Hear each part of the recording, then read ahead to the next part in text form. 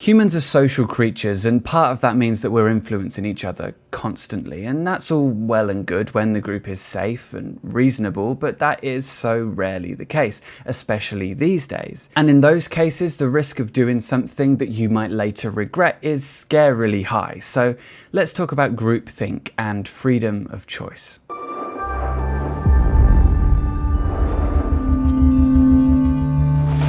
So much of what it means to be human is sewn into who we are when we are around each other, or more precisely, the way that we're affected by each other. Prone as we are to tribalism, drawing hard lines in the sand about what's acceptable and what's not, is the centerpiece of groupthink. Here, group cohesion and compliance takes precedence over reason. The interpersonal nuances of bad decision making may be more easily accessible in a smaller group, such as a family unit, where hierarchy, personal affection, and the desire not to upset loved ones may supersede common sense, and sometimes an otherwise prevailing commitment to justice and fairness. Additionally, we can consider how within those groups where group members are isolated, whether literally, physically, or more virtually isolated from non-group members, cognitive dissonance or limited or distorted information may lead to faulty logic. You do see that mostly in unsafe groups like cults, which we'll circle back to. In groups both safe and unsafe, we can see how identification with the group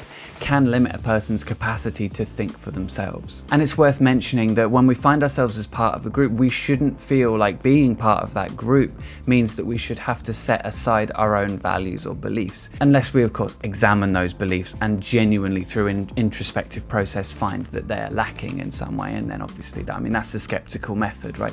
There's a difference there between that and setting aside what you feel, believe, whatever, because the group has dictated that you should. And yes, by the way, there's an irony in talking about group identification during Pride Month with these things behind. Again, we're talking about both safe and unsafe groups, reasonable, sound, safe groups and unsafe, destructive groups under the same umbrella here. Most notably today, groups tend to form around one or more of life's various immutable conditions, such as race, gender, sexuality, or diagnoses. More widely, different groups and subgroups form around particular ideological commonalities, such as faith positions and political leanings. Whatever we say about groups and being a member of a group, there is a substantial appeal to being part of a group, being part of something. As social creatures, being part of a group has historically, and I would say even today, been part of survival.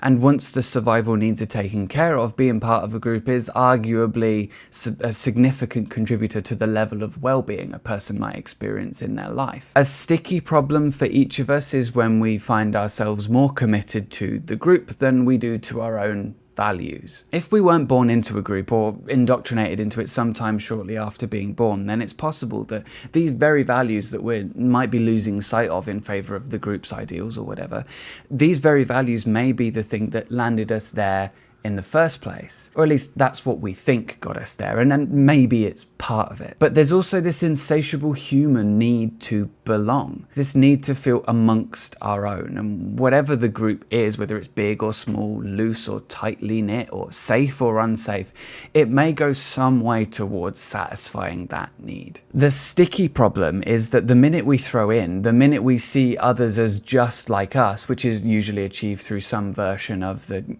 counting the hits and ignoring the misses bias, we immediately find it harder to think for ourselves. Put a finger down if you've ever ignored someone's flaws because you wanted to see the best in them, which made you make stupid choices in order to score points with them, which ultimately left you feeling stupid because why would you do that?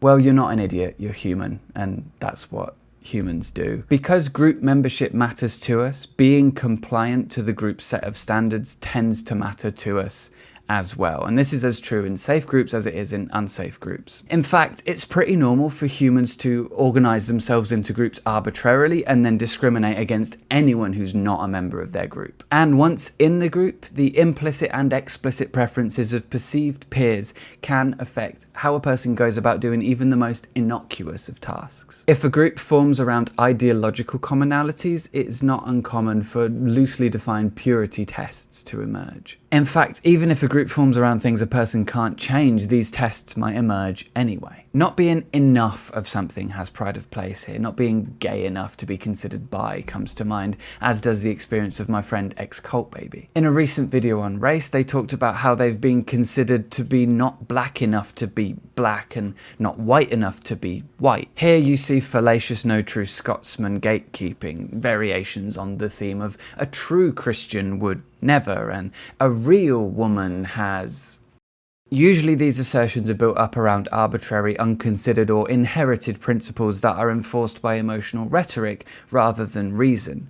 Various phobia suffixes come to mind. When a safe group encroaches on unsafety, these purity tests translate from gatekeeping into justification for less than ethical practices. Bullying and harassment at best and dispensing of existence at worst, and somewhere in the middle, ostracism and smear campaigns and cancel culture. Such groups can be seen rallying support on Twitter via the use of ungenerous and undiscerning demagoguery. Thought-stopping cliches abound. Current members are not exempt from these purity tests either. Group status is not guaranteed. If you're caught fraternizing with the enemy or exhibiting symptoms of bad or wrong thinking or doing, then your future among the righteous can and will be in question. Spare no compassion these fools in their divergence. What matters most is group cohesion. Group cohesion must be maintained. And nothing sates hunger for meaning like a common enemy in one's own ranks. All of this is possible and common, even in earnest groups, and while I'm calling no particular group a cult in saying this, pretty much every cult I've ever come across is an earnest group. They're doing what they're doing because they think it's the right thing to do. In truth, regardless of the content of a group's ideology or the commonalities that brought them together, there is little that can inoculate a group from all of these potentialities of groupness that we've discussed thus far in this video. Whatever the reason a group has formed, a line will be drawn in the sand, and those on the other side of that line will be seen as other. And thereafter a sign goes up. Trespassers beware. The video's not over yet. We're actually about to talk about cult leaders and freedom of choice, but just a second, if you want to see more videos on cults and skepticism and life after the New Age, then why not subscribe to the channel and hit the bell?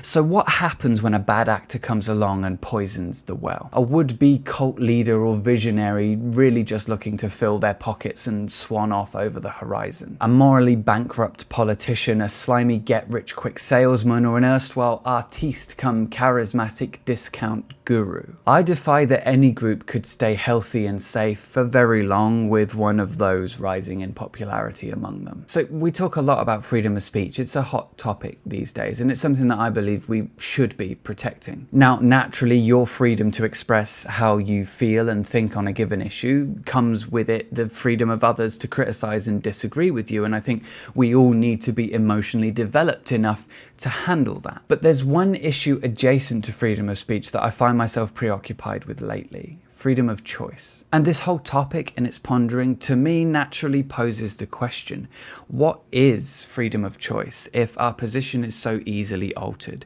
If the effort we employ to act is so effortlessly redirected? It's an issue of freedom of mind. It's an issue of freedom from the constraints of groupthink where possible. A move away from the needless jading of our ideals, of our characters, of our intentions and our affections, and a move towards truly informed choices. Choices which, by their very nature as informed choices, have more substance and have more of who we are in them. They're fueled by more of who we are. We have this message we receive in our society about leaving a legacy behind, about changing the world in some meaningful way while we're here, and a lot of us have taken it to heart. I find myself asking, would any impact I make on the world not be more substantial and mean more to me if it contained and was fueled by the maximum amount of meanness as possible?